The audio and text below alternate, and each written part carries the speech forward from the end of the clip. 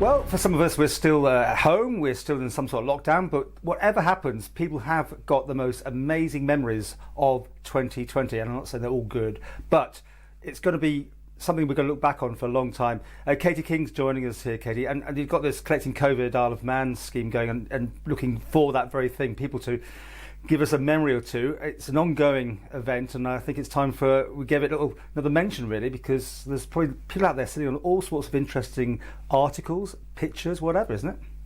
Yeah, absolutely. So at Manx National Heritage, about 4 weeks ago now, we launched a campaign called Collecting COVID Isle of Man, which is in line with what other museums are doing around the world, actually, to capture this extraordinary period that we're all living through, but to capture what is happening on the Isle of Man and what has happened on the Isle of Man. So initially, we were asking people to send us in photographs they had that showed how island life has changed. So simple things like the queues outside supermarkets, street graffiti, rainbows in windows, people's innovative homeschooling techniques, photographs of key workers, and extraordinary situations you've been finding yourselves in. We're seeing some pictures here that have already been sent in, which is a good example of some fantastic pictures. Yeah, we've had over 200 photographs in so far, which is absolutely fantastic. But for this project to work and for this to be a valuable asset to our archive for future generations, so, we're thinking about 20, 30, 40, 100 years' time, what will people look back at when they think about this period? So we really need a really large scale number of photographs, accounts, memories, objects as well, so that we can represent this period. So at the moment, of course, we're moving into a slightly different phase. I was reading last night or listening last night that soon we're able to gather a lot more, and hopefully schools will be opening soon. So we want to try and capture this moment that we're still in. So we know loads of you have been putting pictures on social media, we know you've been sharing photographs with family, but what we'd like you to do is share them with us as well, because social media, as we all know, is very transitory. So in 100 years' time, that photograph you've posted online that shared your experience, that's going to be lost, that's going to be gone.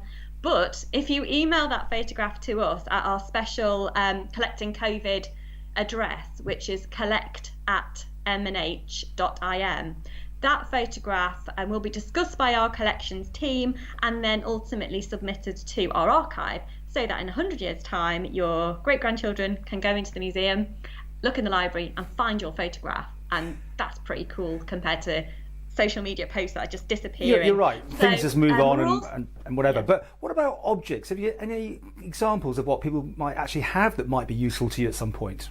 Yes, so when we launched this campaign 4 weeks ago, of course, we were completely in the lockdown period. So we didn't want objects. So we wanted people to hold on to objects, but not to physically try and get them to us. And that message still stands, actually. So the museum is not open at the moment.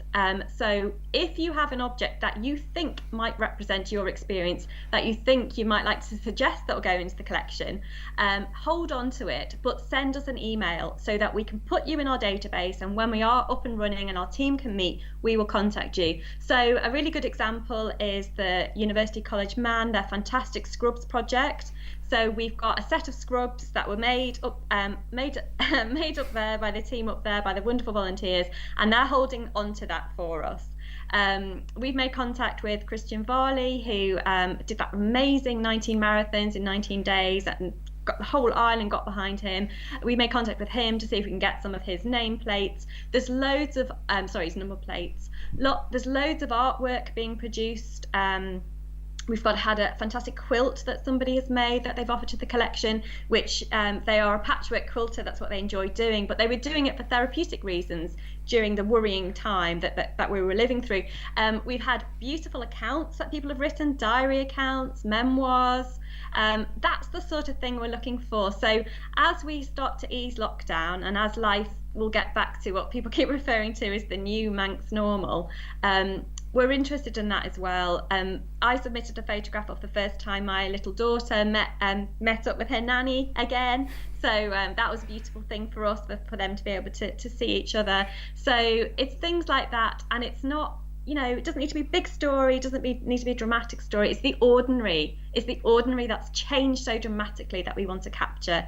And if you just keep thinking about what will people think in 100 years of this period, that's what we want to know about. And a big shout out to the nurses at the hospital, because we've had quite a good selection of photographs from them and we'd like to see more. So send them in to us, you'll get a response, and then normally I'll follow it up with a bit more information if we need it. And when we're back in the museum, whenever that be, we'll have a big discussion as a team to see how many of these items we're going to put in the collection.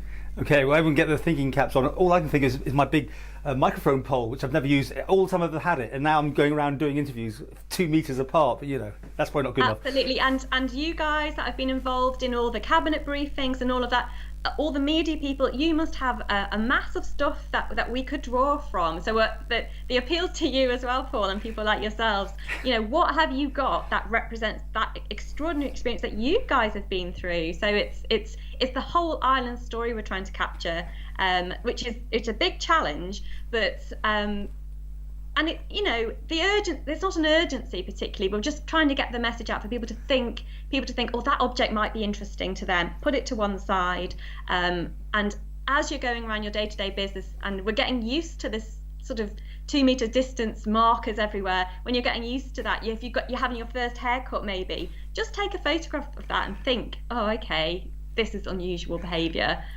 just so that we have got a record of it. Okay, and I can see this very interview being somewhere in hundreds of years' time, just in the hallway, if you go to places in person anymore by that stage. But they'll probably be looking back on this and just going, gosh, it is going to be so momentous that people will be post the 2020, when people could just shake hands, hug, and then this era we're moving into. It's going to be quite incredible to look back on it, isn't it? Yeah, and that's why it's important. And when I launched this campaign, I talked a lot about the Second World War, actually, because we did launch it round about VE Day, so it was just on people's minds.